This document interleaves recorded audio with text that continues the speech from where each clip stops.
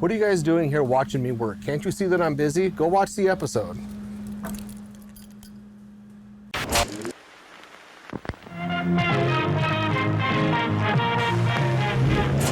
They're coming to get you, Barbara. This time on Graveyard Carz, Cousin Dougie begins the resurrection of the one of 48 426 Hemi automatic 1971 Phoenix Cuda.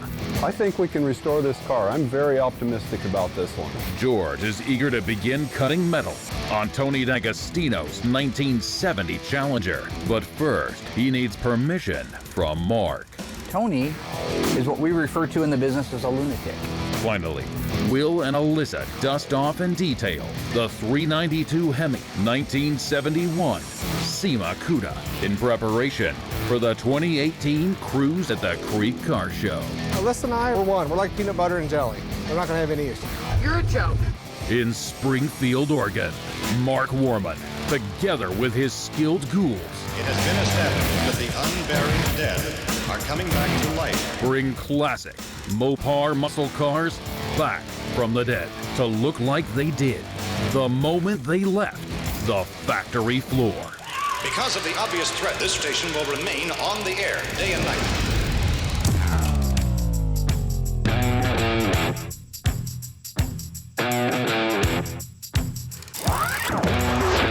All right, I'm gonna go grab Mark, get him out here. He's got detailed instructions on what he wants done before you start cutting anything. Why? I've cut like 50 of them apart. Because this is Tony's car.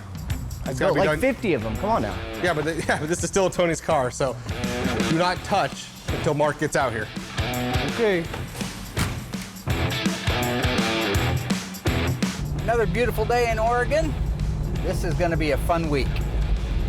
So one of the first things I have to do is work with George on Tony D'Agostino's 1970 Dodge Challenger. We're ready to do the metal work on it, but since Tony's a freak, he wants the smallest patch as possible. Another car I'm looking forward to this week is our Phoenix Cuda that was caught in the fire and almost killed the guy that owns it. It's ready to have its disassembly. So I want to work with Doug on a few key things. He knows the protocol, but I want to spend time with him showing him the mystery of why some areas of the car are burned to crisp and other areas still have paint on them that's beautiful. This weekend coming up, we've got a really fun event up in Washington. Every year, Little Creek Casino invites us up. The car that we're going to be taking this year is our 1971 Cuda 392 Hemi.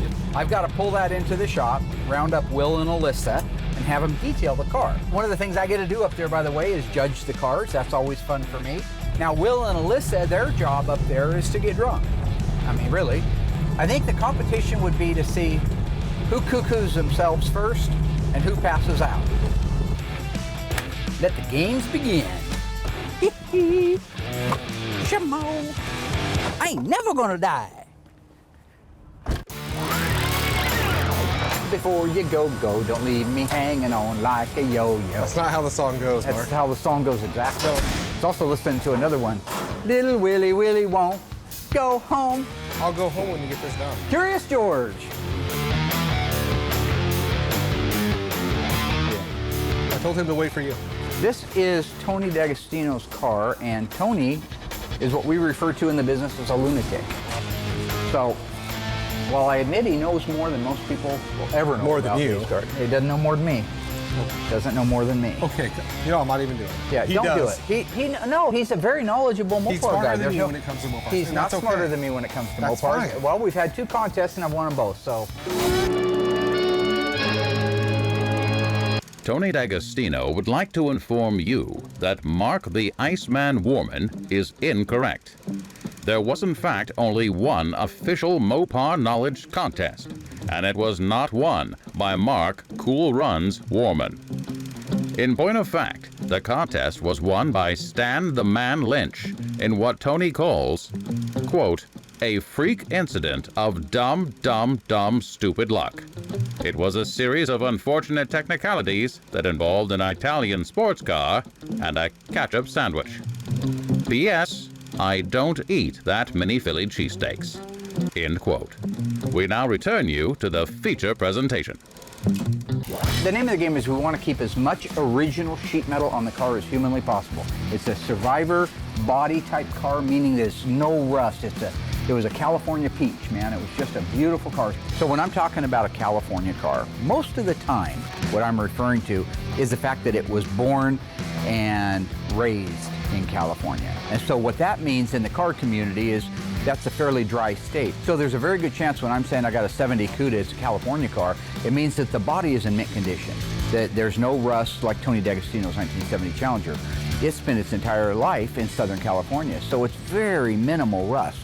So where we normally would just start putting full panels on because it's faster and it doesn't matter because the rest of the car is a pile of poo-poo, this one's a really nice car. So I promised Tony that I would be involved in whatever panels get replaced, okay? So we just have that mentality.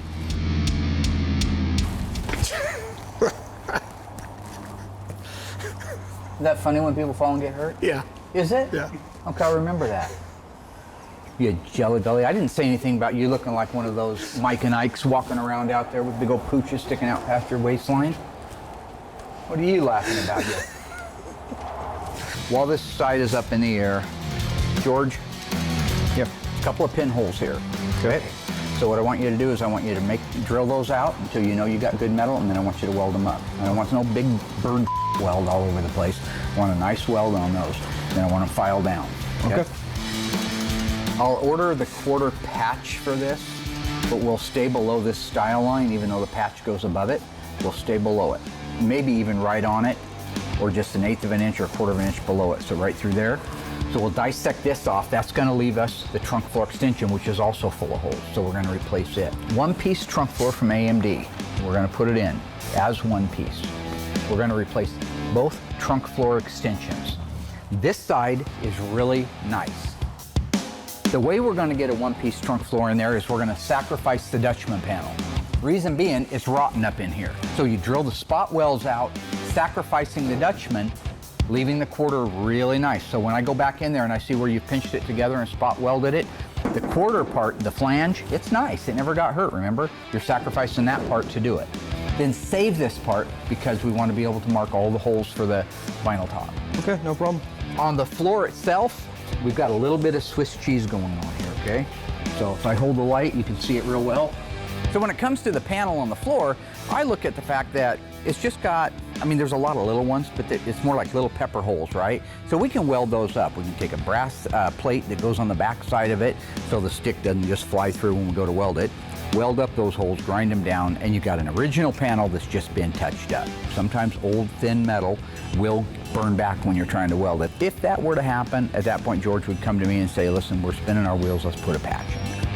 Now, George also knows that Tony D'Agostino is calorically challenged on days, and he might have a bit of a heavy foot, not just from the standpoint of stepping on the gas, but you know, he eats a lot of Philly steaks. It's not my fault. I didn't tell him to, okay? He's a fat all right? Is that what you want to hear? You know, and I love Tony, but you know, he is a bigger guy. He's a larger fellow, you know, like James Gummer, fat guy, you know. Point being that if he sits in the car, he's a heavy fella. I don't want him putting his foot through the floor like Fred Flintstone and bringing back a couple of bloody nubs.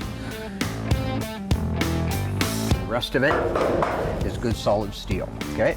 Okay, no problem. The other problem, and I don't know why or how it happened, but this right here, this is probably factory. See the way those two meet? Yeah. I don't see any evidence of damage on the car. It was probably Friday, and they wanted to get out of there, and it didn't fit very well, so the guy just smashed it right here with a hammer.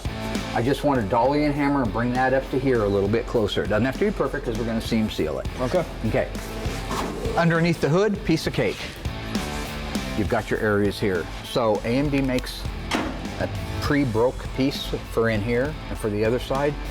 These we'll just make our own patches. I want to keep the patches as small as possible, and I also want to document them. So when you have the piece cut out, I want a picture, and when you have the piece put in, I want the piece put in like a picture window. Okay, so you can metal finish it off and we won't have any filler around it. Okay. Relax your eyebrows.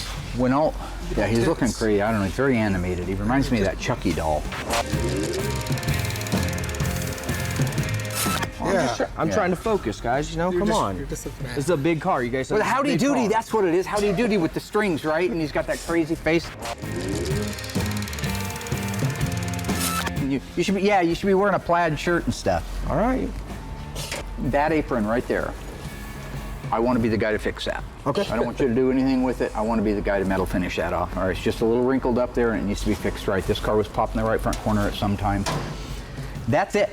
Other than that, you guys are ready to go. You can start prepping out the floors after he's done, getting them seam sealed, doing the thing. Yeah. So,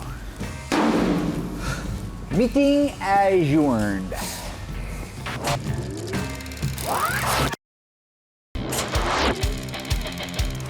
This 1971 Dodge Charger RT is our corpse of the week. Now, the 71 Charger was the first of the third generation Chargers. Some people love them, some people hate them. I personally think they're pretty cool. You could get a 440 Magnum, that was standard. You could order a 446 pack or a 426 Hemi. Now for me, I would love to see this car in top banana yellow with a black top, a black stripe, a 440 Magnum, and a 4-speed transmission. Just for the record, on this beautiful little car dressed out like that, they made 332 of those. So if you're lucky enough to have one of those, you definitely have a corpse of the week.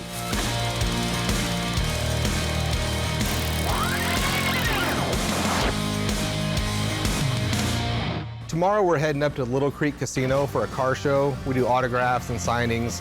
We make a whole weekend out of it. It's really nice. This year we are taking the SEMA Cuda. It'll be kind of on display in the middle of everything. So before we head up there, I have to get the car detailed. While the paint still looks great for being 2 years old, just kind of freshening it up. We just want to make it look as good as it can, so that way it represents this company well. So I've already wiped the car down, so the surface is already clean. I'll go through and mask up the door jams. Anywhere compound can get, I'll just mask that area off. I'll go through, do just a nice clean polish on it. After that's done, I'll wipe all that down, blow it all off, give it a nice wax job on it, and then while that wax is drying, I'll have a list to jump on the interior, just freshening the car up.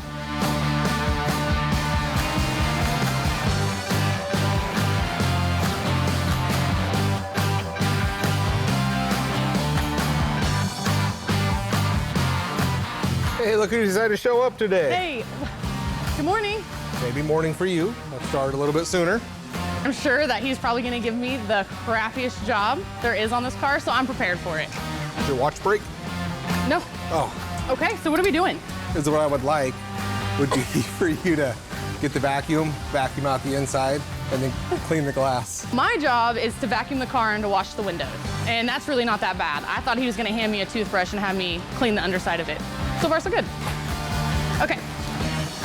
Plug-in's over here. Why are you just standing there?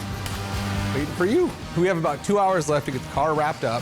Then we're gonna get it over to Dougie to get it loaded up and get it out of here. Pretty easy to vacuum brand new carpet. Alyssa and I get along good enough for pictures. So when you look at the pictures, it's like, oh, what a great time you guys had. But in reality, it doesn't always go that well. Here's the thing, I don't want to get you riled up because you're all cracked out on energy drinks and you get ghetto really quick. Oh my God. No, but I just... You know, Will likes to say that I get drunk a lot there just because he's insecure with the fact that he knows he gets drunk there and my dad sees him. I'll drink, I'll say it. I don't know, I probably won't. Oh, sure you aren't. Angel Will. You won't catch Will at Little Creek without a drink in his hand. The only thing you're gonna see in my hand is a cup of water. That's it. Can't speak for her, but that's all you get out of me.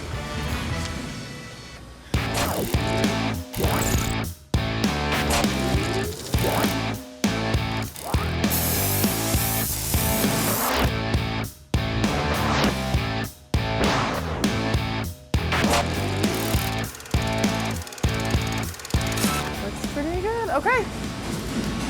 The car came out great.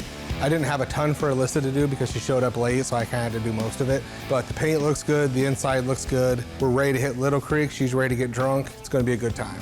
Okay, so the next step for this car is we're gonna put it in the trailer, then we're gonna hook it up to the rollback, and Doug is gonna tow it up to Little Creek.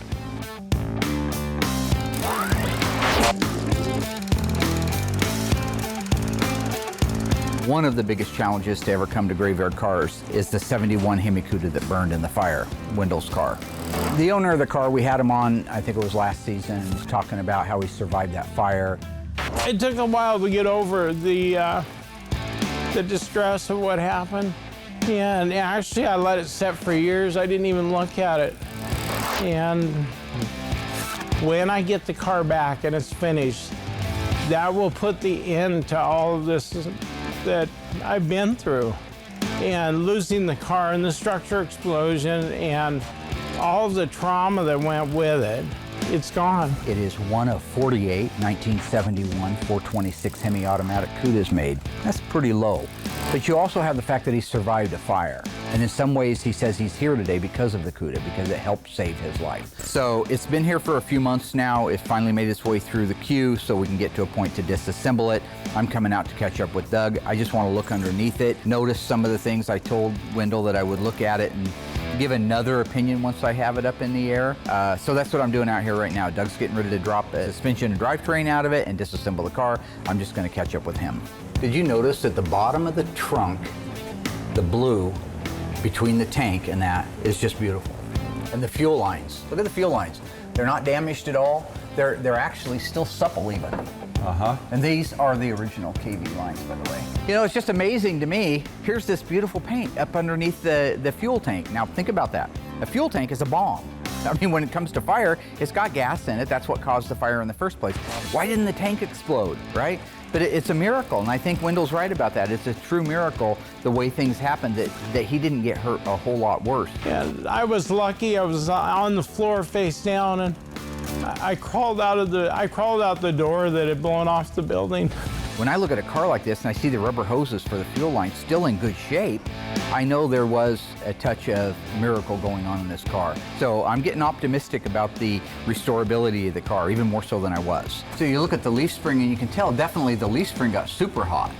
Got so hot that it melted one of the liners out of it, right? All the way back here at the back, but didn't even affect that. It's just a weird thing, because you know why? I think if that tank had got hot enough to melt those, this thing wouldn't be here right now. Right. In 1971, the Dodge Charger came standard with a 440 Magnum. Could have got an automatic transmission or a 4-speed behind that. If you had ordered one with the 4-speed, how many of them were built? What's the total number? Is it 332, 432, or 532? You stay tuned after the break, I'll give you the answer.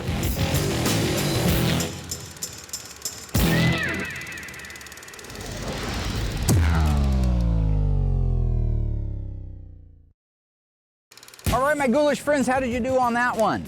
How many did you say 1971 Charger RTs with a 440 Magnum and a 4-speed were built? If you guessed 332, you guessed right. That's exactly right. It also means you were watching our Corpse of the Week at the beginning of the episode. Now, you could have also, with your 1971 Dodge Charger RT, ordered, paid extra for a 446 pack and a 426 Hemi. Should you have optioned a 426 Hemi with a 4-speed behind it, they made 30 of those. So if you have one of those, you're pretty cool. You guys keep the camera on me while I walk off like I said something really important. And don't add the part about I said something really important.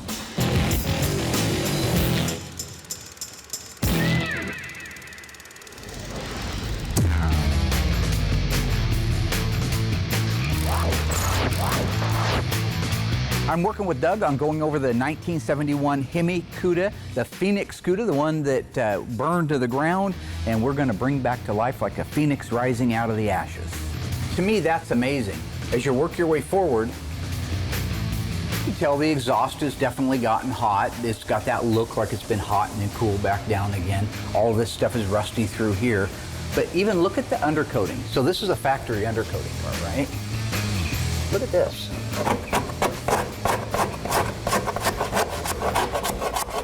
Look how nice that metal is up underneath there. And solid. Wow. I mean, that's crazy. Yeah. That's what I think when it comes back, it's going to be in really nice shape. Again, why didn't the undercoating burn off of these things? Why didn't it melt and blow up? Wasn't meant to be. You know, I grew up with Doug, so I know how his brain computes things to a certain degree. He's a thinker. He's a deep thinker. But not always do you realize that when you get that glazed over look as he's staring at you, that he's actually thinking. I think there are times where he just kind of, the circuit breaks, you know? You ever blown a fuse in a house, everything goes dark? I think there's times where that's what's happening with him. But soon somebody kicks the breaker back on and he's got his answer for you. One of the craziest things is the torsion bar. You saw that already? Yeah.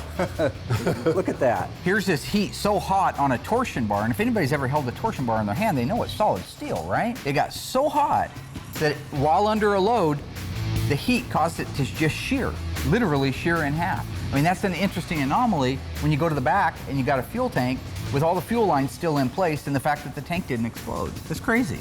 It is. I think we can restore this car. I'm very optimistic about this one. I've been working on this a little bit last night, and most of the fasteners are coming off very easily. Which you'd think they'd just be fried into place. Yeah. Just absolutely crazy. But the rest of it, like I say, this looks better than 99% of the cars that are rusty out back. So while it does, a picture's worth 1,000 words at the same time, you can't judge the book by its cover. Take a look at this. This was cool. Talking about heat. These things tear, brand new ones tear if we install them. Yeah. If you don't hold your tongue just right, they rip, all right? But yet, these haven't even melted. The grease isn't burned off, but hot enough here. To break a torsion bar. It's just the weirdest thing I've seen. Even look up in here. You can still see the remnants of the plastic. That's all the things that would melt did melt right there. But yet under here, just a foot away, nothing. So really it's at a point now where I can cut Doug loose to go ahead and finish disassembling it. We're going to record some of the things that are coming off it, some of the more important things, so that you can see how they came out and what condition the raw organic appearance of them is. So we're talking about bringing a car back to life with an owner who is emotionally really attached to the car. And we've had a few of them like that. This car will mean something to Wendell for the rest of his life. One of the first things we have to do is get it raised up in the air, get all the fluids out of it. Once the fluids are out, we can begin the disassembly and inventorying of the car. After that, he will lower it back down on the ground, roll it forward. That's when he can pull all the things off, like the fenders, doors, hood, deck lid, tail lights, grill, lower valance, bumpers, anything left on that car to keep it from just being a shell on the outside, he can do right there. And he can drop the rear end out of it, the front suspension, take all the fuel lines, brake lines, the rest of the pieces that bolt onto the unibody, he can get them out of there.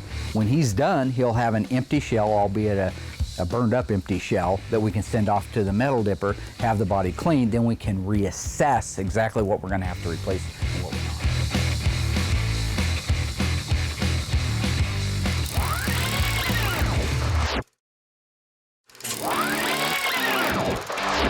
It's summertime, 1975, you're 18 years old, you're gonna cruise the gut, gonna go dragging with your buddies. Which one of these cars do you want to be seen in? The 1972 Challenger Rally, 340 Magnum 4-speed, they made 357 of them. Or the 1971 Dodge Charger RT 440 Magnum Automatic, they made 2,172 of those, just for the record.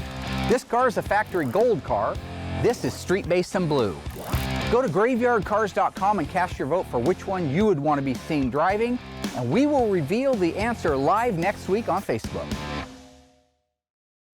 So far, Mark gave George the green light to begin metalwork on Tony D'Agostino's 1970 Challenger. Meeting adjourned.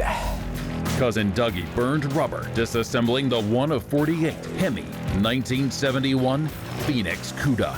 Meanwhile, Will and Alyssa detailed the 392 Hemi 1971 SEMA Cuda. I don't want to get you riled up because you're all cracked out on energy drinks and you get ghetto really quick. And now the ghouls are heading north for the 2018 Cruise at the Creek Car Show.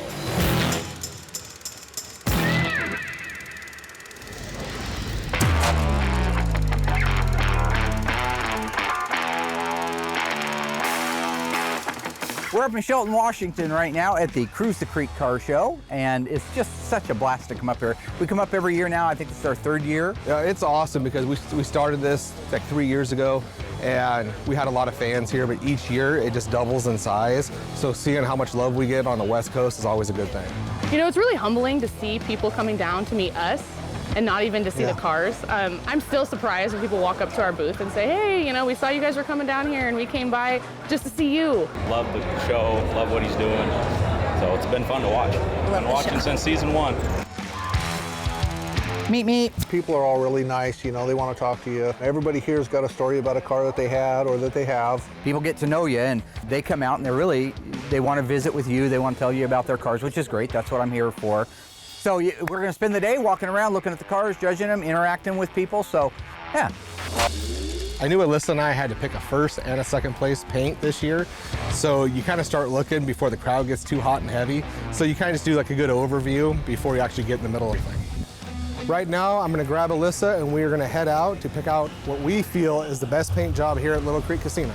It's gonna go great. I got my sidekick, my partner in crime. We're gonna knock this out the park. Oh, Alyssa and I, we're one. We're like peanut butter and jelly. We're not gonna have any issues. It's gonna go just fine.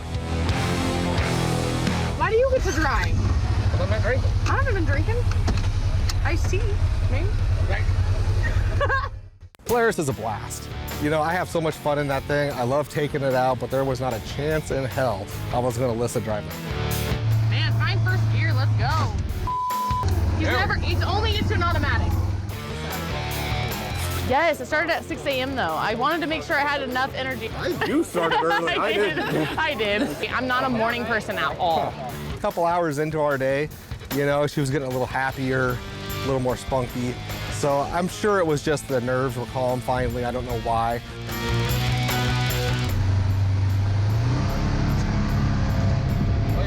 At this point, if you stop, it's bedtime. You know what I'm saying? I've chosen the speed. I gotta keep with it. There's no letting it go now. They're twerking. I should join. But it's always a challenge. Woo!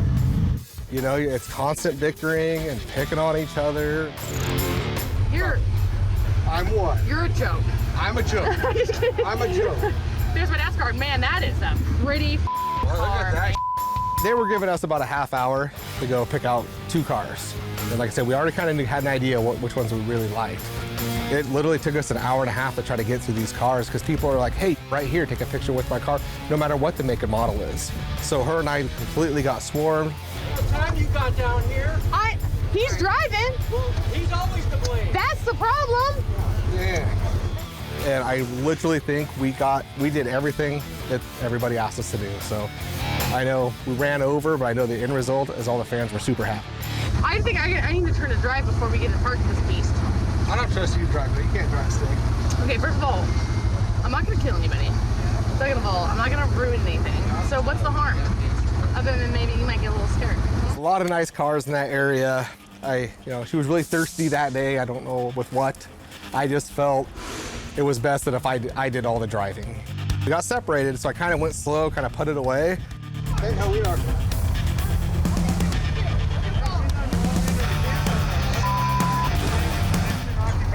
Honestly,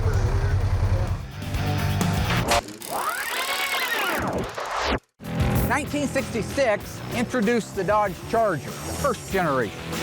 1974, it said goodbye to the last of the generation, the third generation. True or false? The very first year for the third generation Dodge Charger was 1972. You stay tuned, and after the break, I'll give you the answer.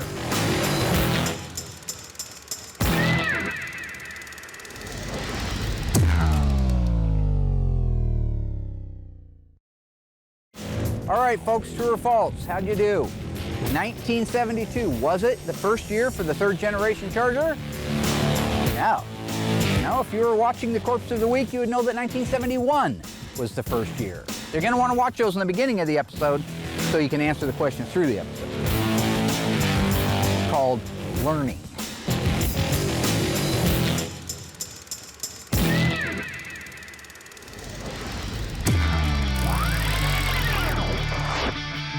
So, you know, in another effort to fact check or keeping them honest, I wanted to do a comparison of the B-body consoles. I want to compare an original one that I have here with one of Tony's Mopar Parts ones over there. After 25 years of restoring cars and another 10 years of playing with them, I can tell you it is difficult to find a 66 to 70 B-body console that hasn't had something happen to it. So, in the case of this particular console, is this classic move right here. Everybody wanted to do something trick. I have no idea what it did back in the day. It'll be fun to ask the owner, but who knows what he'll say. We're gonna start by setting them at the same angle. Right here, you see a cutout. This cutout would not exist if this was an automatic console, but because this console is for a 4-speed, as this car was, then you don't see that. So take a nice close look at that. You'll see the same cutout that's here, that's right here. The only difference is on a 4-speed, this outer cardboard piece covers the side of the hump that is so wide on the 4-speed cars. That's what that's for. So if you look back here, you'll clearly see that there's 2 pan head screws that hold this trim plate on. These are the 2 provisions for that. They look identical. Right here we have a hole and a recessed area. Hole and recessed area. This is for the mounting of the console. A raised area here that you can see is broken out. That's another problem with these things. They break out where you mount them. Here's a brand new hole. We have this recessed area right here. Absolutely identical and in the same area. At the front, this is the front console mounting area. You see the 2 holes, the raised rib with this unique styling across it. He could have done anything in there to make that reinforced, to make it able to bolt into the car, but he wanted it to be identical to an original. And let's just take a really nice close look, but I want you to see that grain. That grain is an exact same match to that grain there. One of the hardest things, Tony said, to get done right was to match these 2 grains, and it matches perfectly. As you set this up there, you see it fits. We have the console cut out right here for the carpet. We have the same console cut out right here for the carpet. Here you have your console lights that come on when you open the door. Same provision up here as you have down there. So right here, you basically have an identical console. This is what you would have ordered from Chrysler in 1970 if you busted your original one or somebody stole it or whatever happened to it. You would have got one just like this.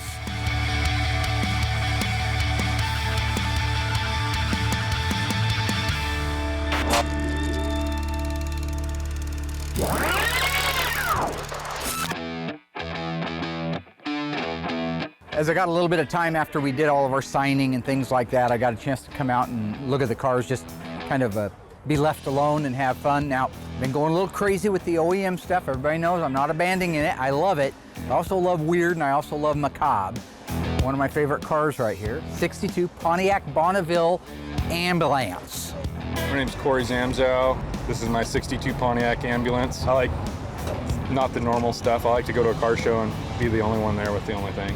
This is so cool. So this guy drug this out of its original home here in Washington. It was a family-owned business, but this car still has the original name on it. That guy's name was Al Hayden, and he was a truck driver, and he'd get the call or whatever, and his wife would come once in a while, and she was a nurse. You got there as fast as you could, threw him in the back, and hauled ass to wherever you needed to go.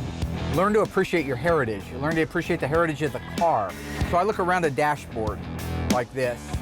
I see all the chrome. Back in the day, Pontiac was very proud of that car. So there's a lot of chrome. Well, it's pitted and it's decayed and needs work. All of it's there. The original ashtray is there. You got the original cigarette lighter. This is the dash control panel for all the stuff that you see up there, right? So I flip this switch up, and that's the siren, okay? Look inside, you'll see that there are zipper access points inside, built into the headliner, that actually get you into these up here so you can work on them. All that stuff was thought out ahead of time. This is, again, very, very old stuff. It's all original. If you look at the paint and the body on it, nothing's been done. This is the way it started life way, way back in the day, and it's still around. I like every kind of car. It doesn't matter what it is. I like anything, but I like weird stuff, and if somebody likes the same stuff I do, that's like cool with me. This is a treasure trove. While it's not a cubic dollar treasure trove, this is the best example of walking back to whatever year it was parked. These were in the car. This multi-trauma dressing kit was in underneath the hatch, 1967. I mean, to drag something out and to find that still inside the car from when it was serviced.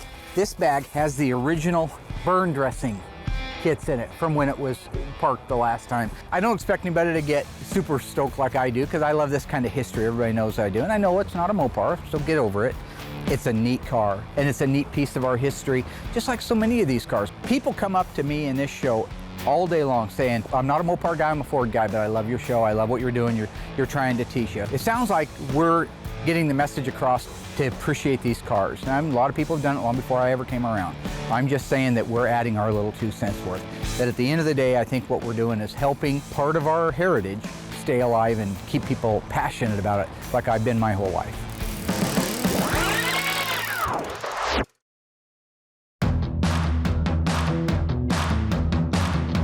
Went as good as it to be expected. Beautiful cars out here, tons of people, so we got to stop, do autographs, do pictures, get pictures next to the cars. But I lost my co-pilot, so he lost his co-pilot because he left. Co-pilot. She's not happy right now. What happened? Okay, first of all, Will left me. I got out of the car to get pictures for people. Yeah. People asked me for pictures, and I was nice enough to stop. And then I look around, and Will's nowhere to be seen. Then we get out here, and I have to find you, and you make me go halfway across the resort because you didn't play a little joke like, oh, I'm just kidding, I'm leaving you, let me go around the corner. No. You go the full mile. The producer called. Our producer called, said you got to get back. I had to walk here. I hate you. Hate's a strong word. Don't have hate in your heart. And I mean it. I mean it so much. It'll buff out. It'll buff. That hate will buff out. Will it? Anyways, so we picked a car. Yeah. And we're good to go now. Did we? We picked a car? The Firebird that I picked was just a gorgeous car. It was very well done, very meticulous. It was a resto mod, so it had all the new upgrades in it. My dad's gonna give you that it's not a Mopar. I picked a Chevy last year. Just the little details. They got rid of the wipers completely. Now, I get it, but these cars aren't driven in the rain, but it gives a sleeker look. They got rid of the drip rail gutters that run along the side. Just little details like that they got rid of that just makes the car look really clean. The paint was beautiful, top to bottom. It was just a very sanitary job on that from start to finish on the car. Color always catches my eye, but it's also got to fit the car. Somebody might have a paint job, but if it's on a Pinto, it just doesn't work. So I always like to find a good combination of what's classy but yet stands out on that vehicle. Yeah, the Firebird was a clear winner. Like I said, it was done great. Alyssa agreed. Will chose a Firebird. Obviously, I had no choice in that. That was totally a Will choice. I got to meet the guy that did the car and meet the guy that owned the car. So that was kind of cool to have both guys there because the guy that restored the car had a car sitting right next to it. But it was cool to meet both of them. Yeah, it's a pretty car. I know I was looking at it last night from my motel room. Yeah.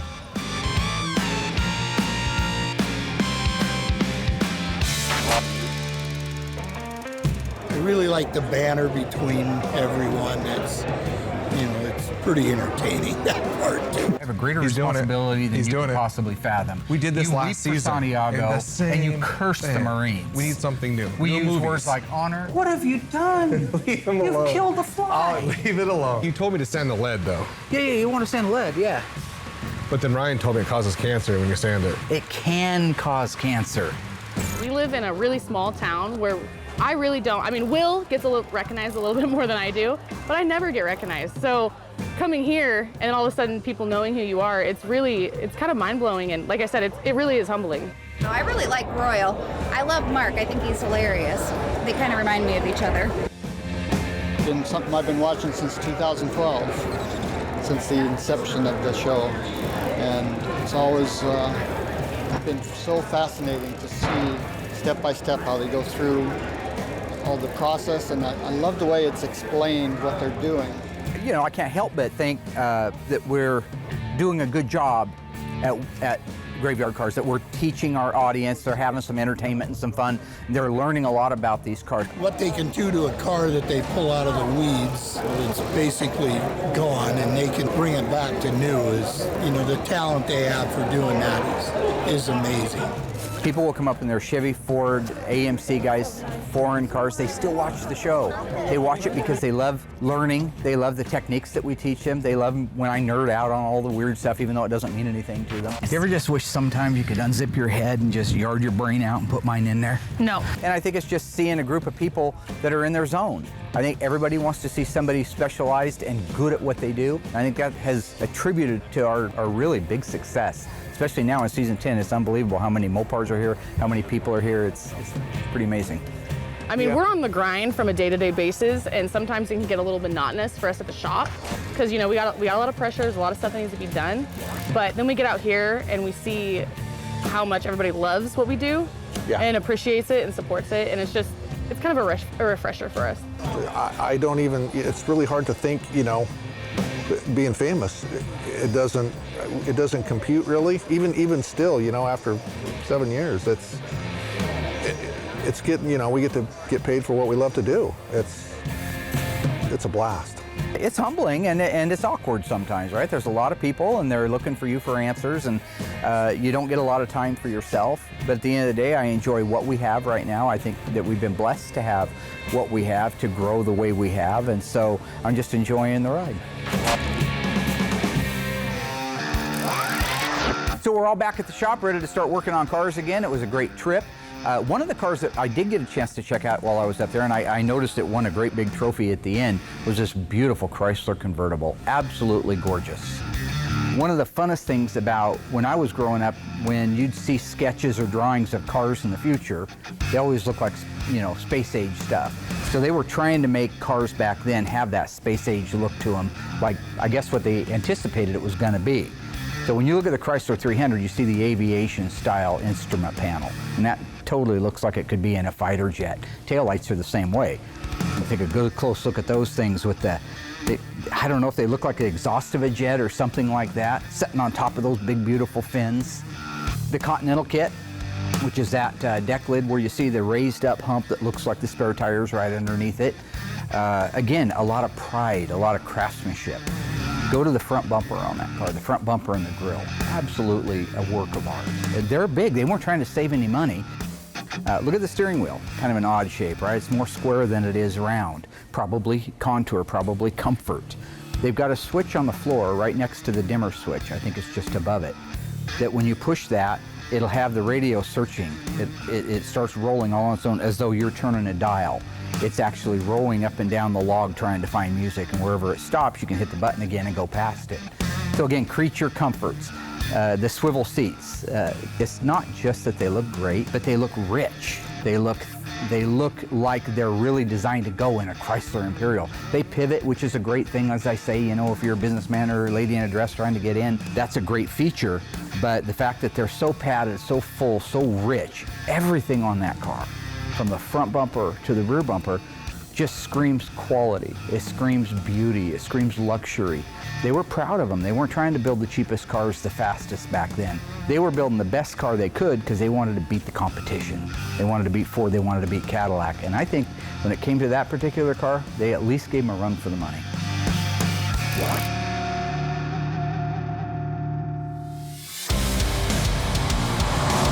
I believe that we had a very good week. I got a chance to work with George, mano-y-mano. Yes, you guys did, didn't you? You got a lot done.